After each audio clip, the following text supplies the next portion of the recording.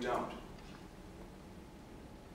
What happened to Vanessa Sullivan on the night of September 24th was a tragedy. It was awful. But it was not murder. It was an accident. On that night, 3 girlfriends went out to celebrate a birthday. A milestone, the big 21. They get together and they meet at a local bar where they have a few drinks, enjoy some dinner and a show. When it's time to go home, they walk to the parking lot, where my client, Danielle, gets behind the wheel. She gets behind the wheel knowing she's in control, knowing her limits, and knowing just how much she drank that night. 1 drink an hour. So, get in the car, pull onto Canyon Road. It begins to rain. Not only does it rain, it pours. Windshield's on full, rain pounding against the car. She keeps driving.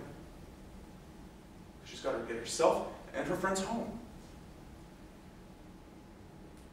Just as she approaches a dangerous curve, a deer jumps out.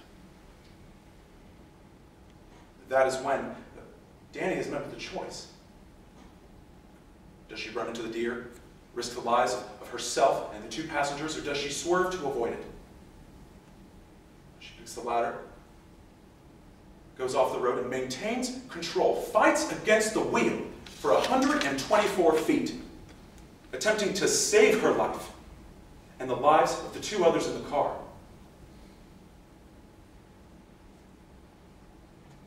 But there wasn't enough that she could do. Because when she got back on the road, the wheels came out from under her. She started hydroplaning.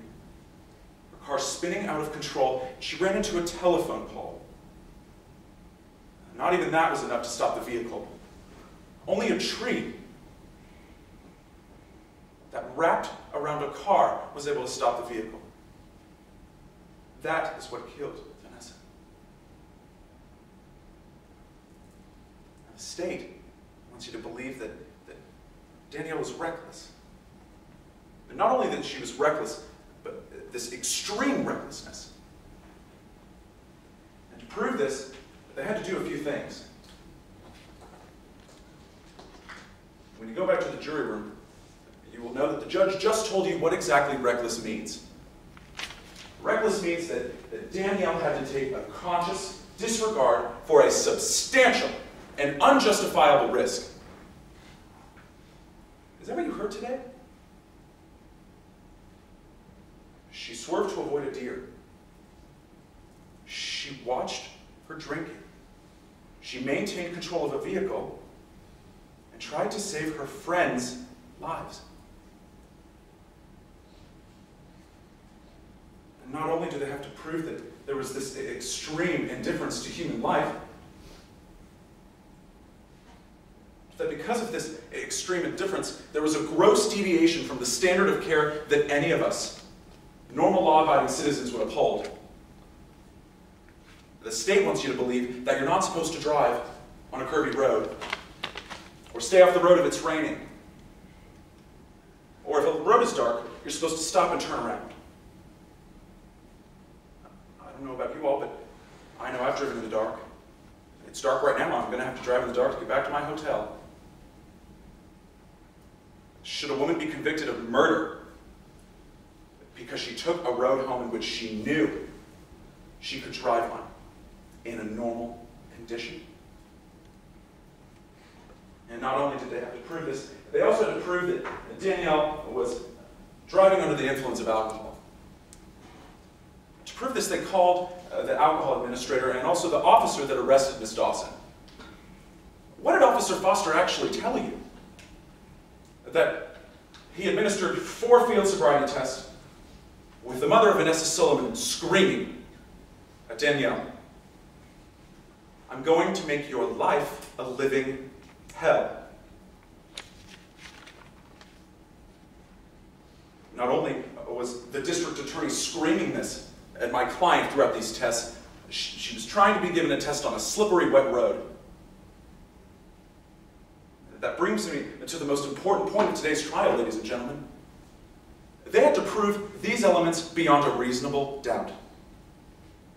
That means that a doubt for which you've got a common sense reason.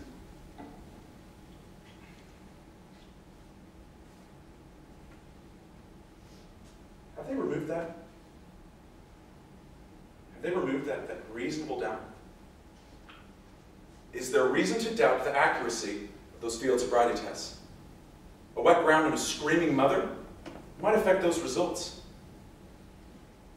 Not only was there a screaming district attorney and a wet road, there was no medical examination of Danielle the entire evening. Is there reason to doubt that maybe that had an effect on those field sobriety tests?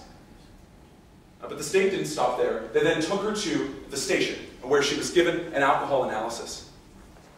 Have you heard any reasons to doubt the accuracy of those tests? Their own analyzer that came up on this stand and told you that she assumed Officer Foster did his job, that she didn't want to waste time monitoring Danielle for 15 minutes. That was too much for her to do. Is there reason to doubt the accuracy of those tests? Well, after she didn't observe Danielle, she administered that test. You heard from herself and our expert that that analysis can be wrong. Not only can it be wrong, but it was very wrong. That it was at or near the legal limit, perhaps even below. Is there reason to doubt that Danielle was drunk? Is there reason to doubt the safety of the road? What did you hear from any witness that has ever been in contact with Canyon Road? It is dangerous to any driver, no matter who is on it. The state is trying to classify Danielle's actions as similar to those if she were to grab a handgun, put it behind Vanessa's head, and pull the trigger. That her crimes are as bad as if Danny spent weeks in her dormitory at college planning this murder and acting it out on that night. In this jurisdiction, they're able to hold her to that degree. But did they? Actions do cause consequences. But sometimes our actions don't affect certain consequences that happen, certain tragedies. Sometimes what we do can directly contradict what happens. Sometimes it isn't fair. Sometimes there isn't anyone to blame. Sometimes Vanessa's friend, and in this case, isn't guilty of murder for trying to save her life. It was not murder. It was an accident. Find Danielle not guilty. Thank you.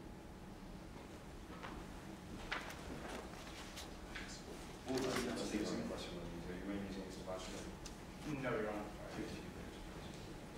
You get 3 minutes left on your close, so you have that for about.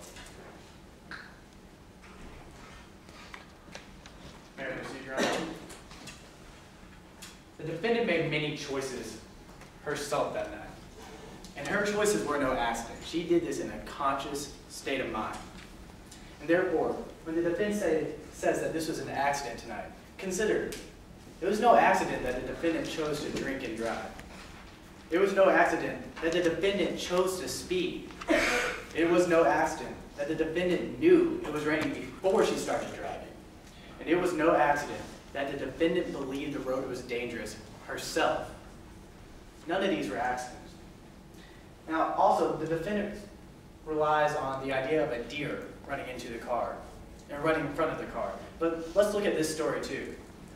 The only time you heard this story corroborated was through the defendant's testimony. Taylor Hobson, who was in that car that night, never saw a deer. Their own expert came and verified that a deer itself ran in front of the car and made the car swerve. Ladies and gentlemen, there was no deer that night. Actions have consequences. The defendant made the choice to commit many actions that night, and therefore she disregarded a substantial and unjustifiable risk. She was reckless. She was indifferent to human life, and therefore she committed murder. Thank you.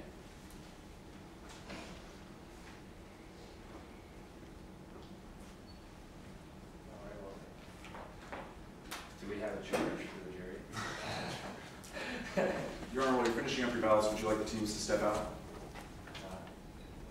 Yeah, I sure. gotta write like a number, so You what? I don't need anybody to You're wait. fine, okay, no, that's all right.